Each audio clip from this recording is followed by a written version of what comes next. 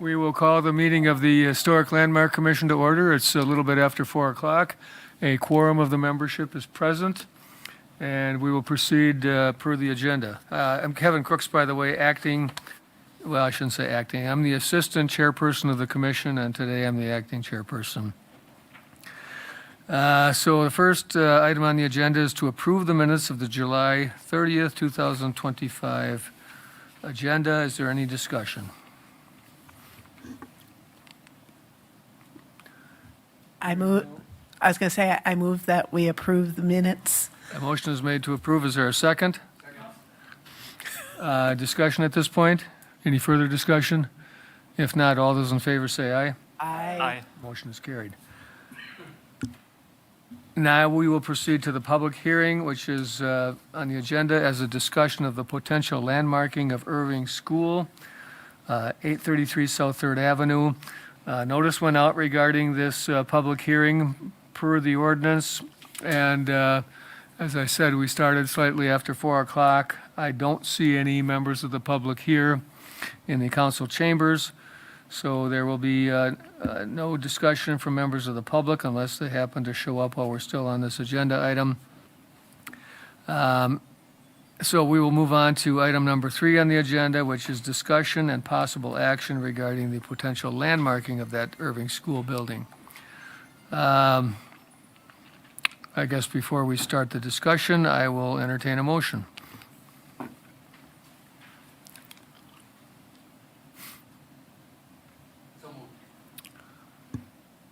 There's been a motion. Is there a second? I'll second it. Motion's been seconded. Now we can have a discussion regarding that agenda item. Go ahead. Thank you.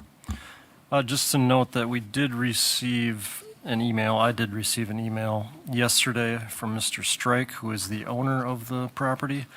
I did have a conversation with him over the phone last week. He had called City Hall with some questions after he had received the notice about the landmarking. We had a good discussion for a while. He said he would talk it over with his co-owner of the business. But this email was waiting for me when I got back today.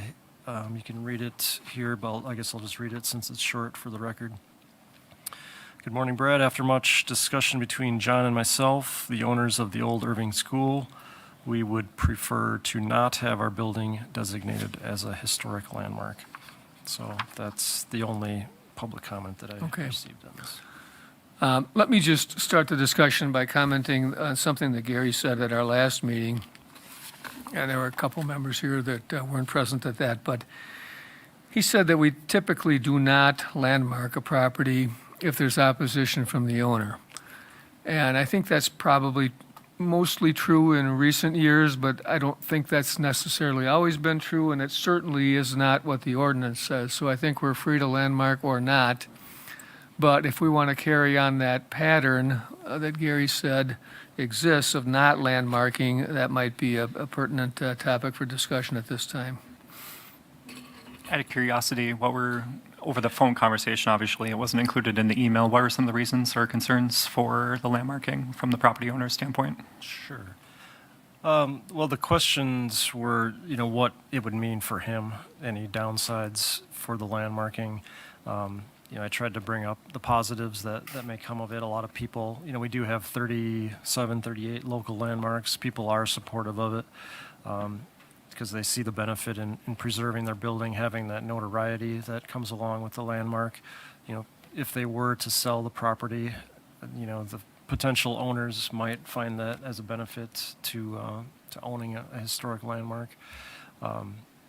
Again, I think he had an open mind during the conversation. I guess he didn't say that they were necessarily, looking to sell at this point, but, of course, everyone, eventually moves on at some point. So I guess there was concern about the future and what their options would be and not knowing, who the potential owners might be in the future sometime. So, again, they did take it under consideration, but ultimately they were not in favor.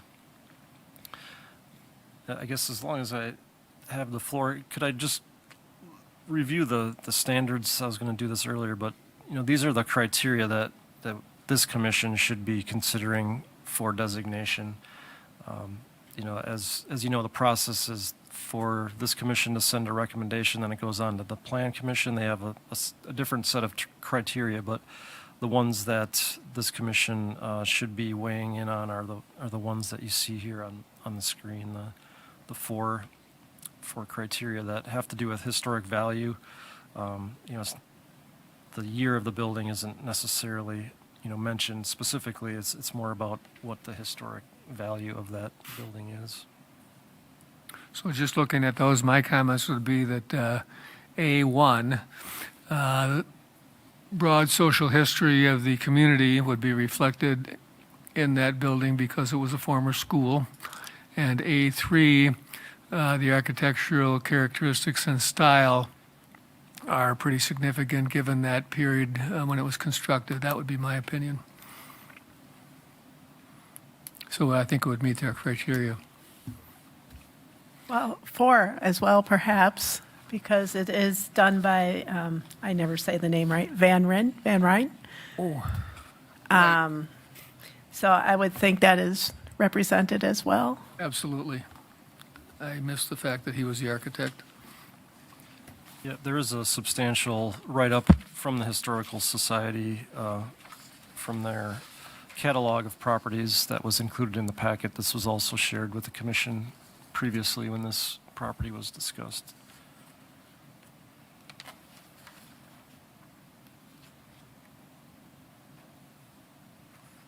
Let me start by making a comment then about the merits of designating a landmark over the objection of the owner.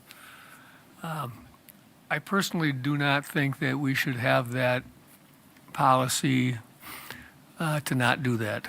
Frankly, I think there's some times when there's going to be an owner or a group of owners that are opposed to designation. And I think this commission certainly has the authority to designate over that opposition. And I think it would be appropriate, not always, but at times, to designate even when there's opposition.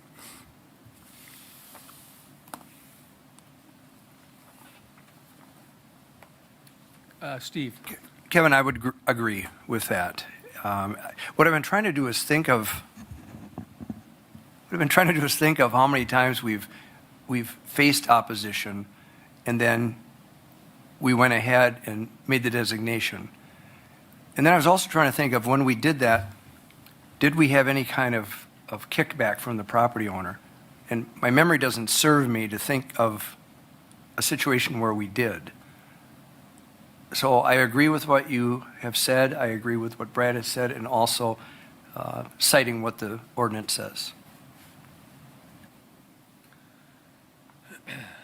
Well, I can remember one specific instance where we were dealing with a Class 2 district downtown. And even though it was a Class 2 district where we did not have any authority to veto changes that property owners were making, there was a huge groundswell of opposition. And this was a couple decades ago, maybe. And people came to meetings and they kind of got hot under the collar. And this was for a Class 2 district, right? There haven't been any problems with the way that district has run as a Class 2 district in all the years since we've adopted it. So,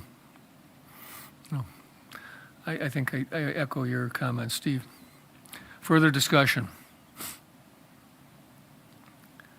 Hearing none, I will call a vote. All those in favor of designating the Irving School as a Wausau Historic Landmark, say aye. Aye. Those opposed, nay. The motion is carried. We will move on to the public hearing regarding Eastgate Hall. Again, I see no members of the public here.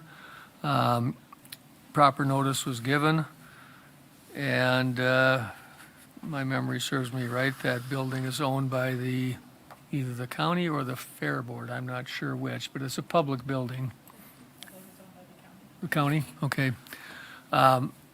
In the past, we have had the county show up when we've suggested landmarking buildings within Marathon Park, other buildings, and they've voiced opposition, but I don't see anybody voicing any opposition now. Did you get any calls or letters, Brad? Not since the last meeting, as you noted.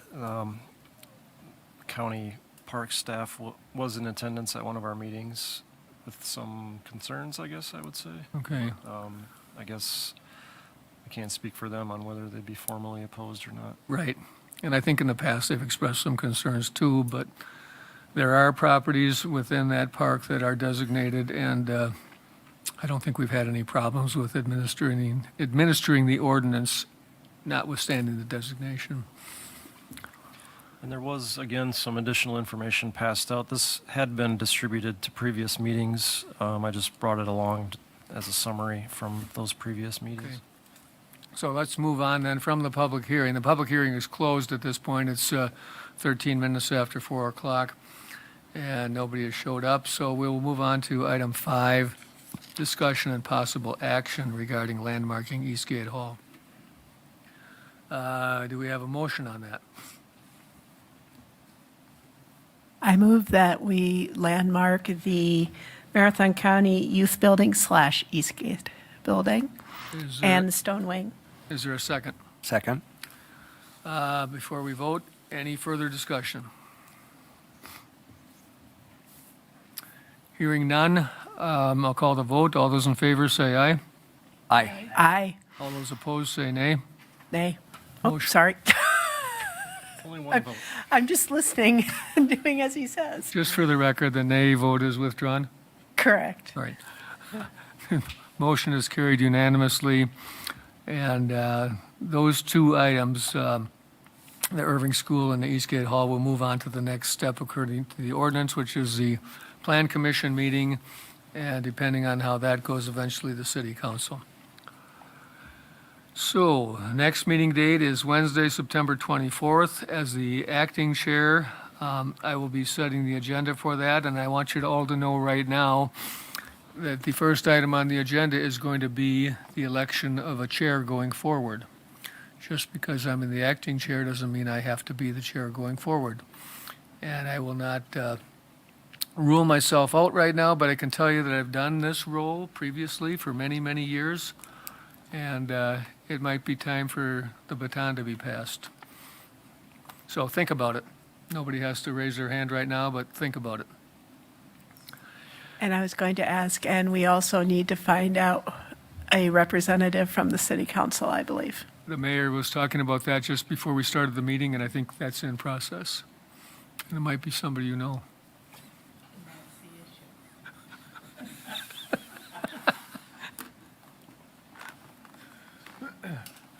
Okay, any further discussion for this meeting? Motion to adjourn would be in order? Second? Second. All those in favor say aye. Aye. Opposed? Motion carried. That was short and sweet. Thank you, Kevin. Yep. May I ask you to stay for 2 minutes or less, or maybe 4 or less? I'm going to shut Is that the okay? lights off.